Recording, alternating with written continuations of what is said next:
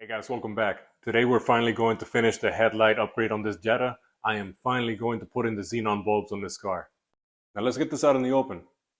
Xenon kit is not for everyone. They do require a lot more work than a simple LED upgrade. And LED technology nowadays has improved to the point that makes xenon almost irrelevant. It's only certain people like me that want to have that extra output that LED technology to this day still cannot match. Xenon is still king when it comes to that. Obviously on a quality xenon kit, not a rinky-dink $50 one from eBay. But I'm not putting down LEDs. I put LED headlights on other cars and they work great. I am very happy with them. But definitely for 95% of people, a quality LED kit is going to be more than enough. And I'm talking quality. I'm not talking a $30 kit from Amazon. I'm talking like SVR, SV1, I think it is, GTR lighting, Morimoto LEDs. Those are the quality ones that you should definitely go for. But they are also very expensive. Sometimes they're more expensive than a Xenon kit. I bought this Xenon kit back in February from the Retrofit Store. This is not a sponsored video. I bought this myself. The Retrofit Store does a pretty good job at doing their installation video how-tos and whatnot. But I'm just going to show you what I have, and I'll show you quick snippets of how I'm installing it. But definitely refer to their page for an actual proper how-to. I wish I could give you that detail, but it's currently 32 degrees inside my garage, so it's pretty cold.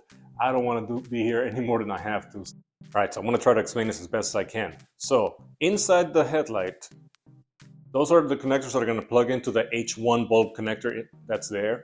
And we're going to take that signal from these two, and that's going to come out into here. Now what this is a CANBUS harness, and what that has is a bunch of capacitors, and I forgot what else.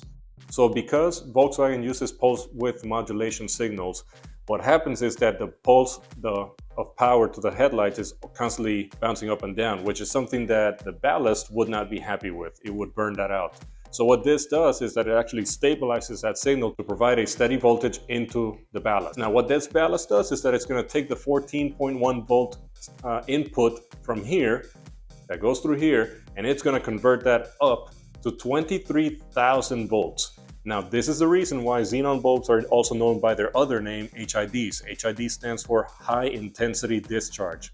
So from 14 volts to 23,000 volts, this can get dangerous. So anyway, once that amount of voltage is up, now it's going to go up through here, and this is the igniter. What the igniter is, and someone correct me if I'm wrong, the igniter is basically one big capacitor. It's going to hold on to that charge, and when it gets ready to go, it's going to discharge it onto the bulb itself.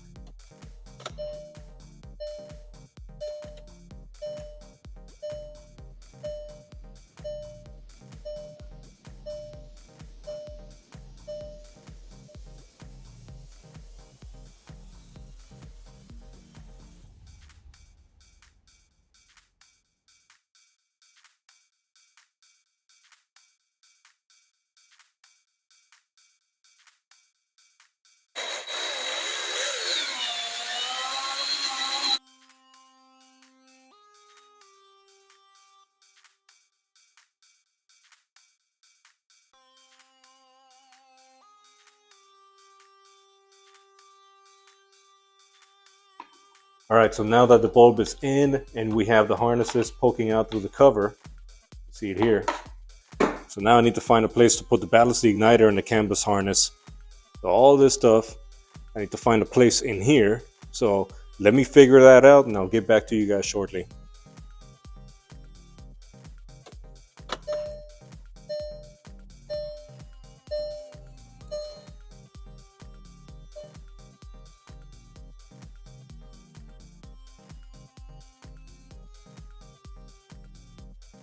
Okay, so this is how the passenger side looks.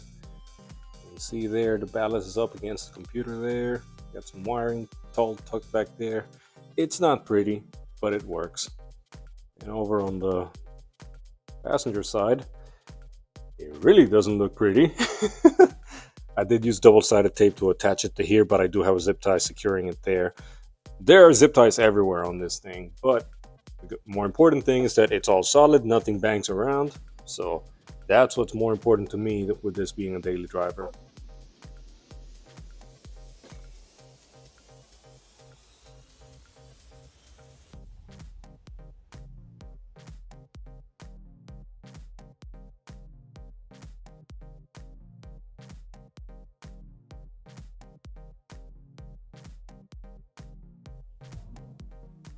I have to say, I don't like it.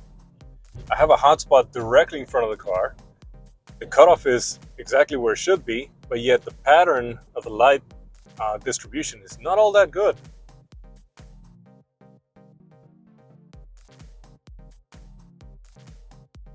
Alright guys, well now you see it. Sometimes you win some, sometimes you lose some, and I think this one, I'm not going to call it a loss just yet. Later this week I'm going to attempt, maybe it's a keying thing. Maybe I put them in 180 degrees, rotated 180 degrees off, so I'm going to try to see if it'll let me rotate them 180 degrees. Okay guys, so I was able to flip the bulbs in there, which is weird because it wouldn't let me at first. Who knows, whatever. The point is I was able to flip them, so let's see what it does now.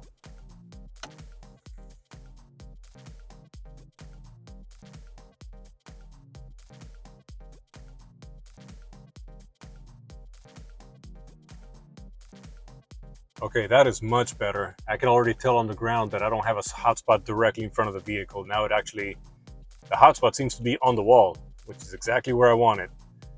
Oh, it's much better. Wow, this looks so much better already.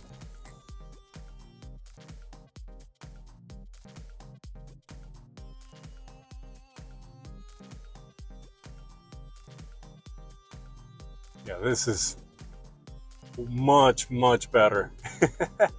I may actually aim them up a little bit, just a tad bit, and then it should be perfect. And I am glad that my impatience got the better of me, and I went out to the garage and tried it again. Once I rotated them, I was able to put the spring clip back on, just like before, but the pattern on the road was totally different. On the wall, I could already see it, so I'm like, all right, cool, that's what it was. So I hope my lesson helps you guys as well. If you put in your HIDs and or LED bulbs, if it dips directly in front of it, but the cutoff is still where it should be, try rotating them, because that's what fixed it for me. So anyway, I hope you guys learned something from this, and if you did, please give me a like, consider subscribing, and like I always say, more stuff coming your way for the Jetta and the F10. Thank you so much.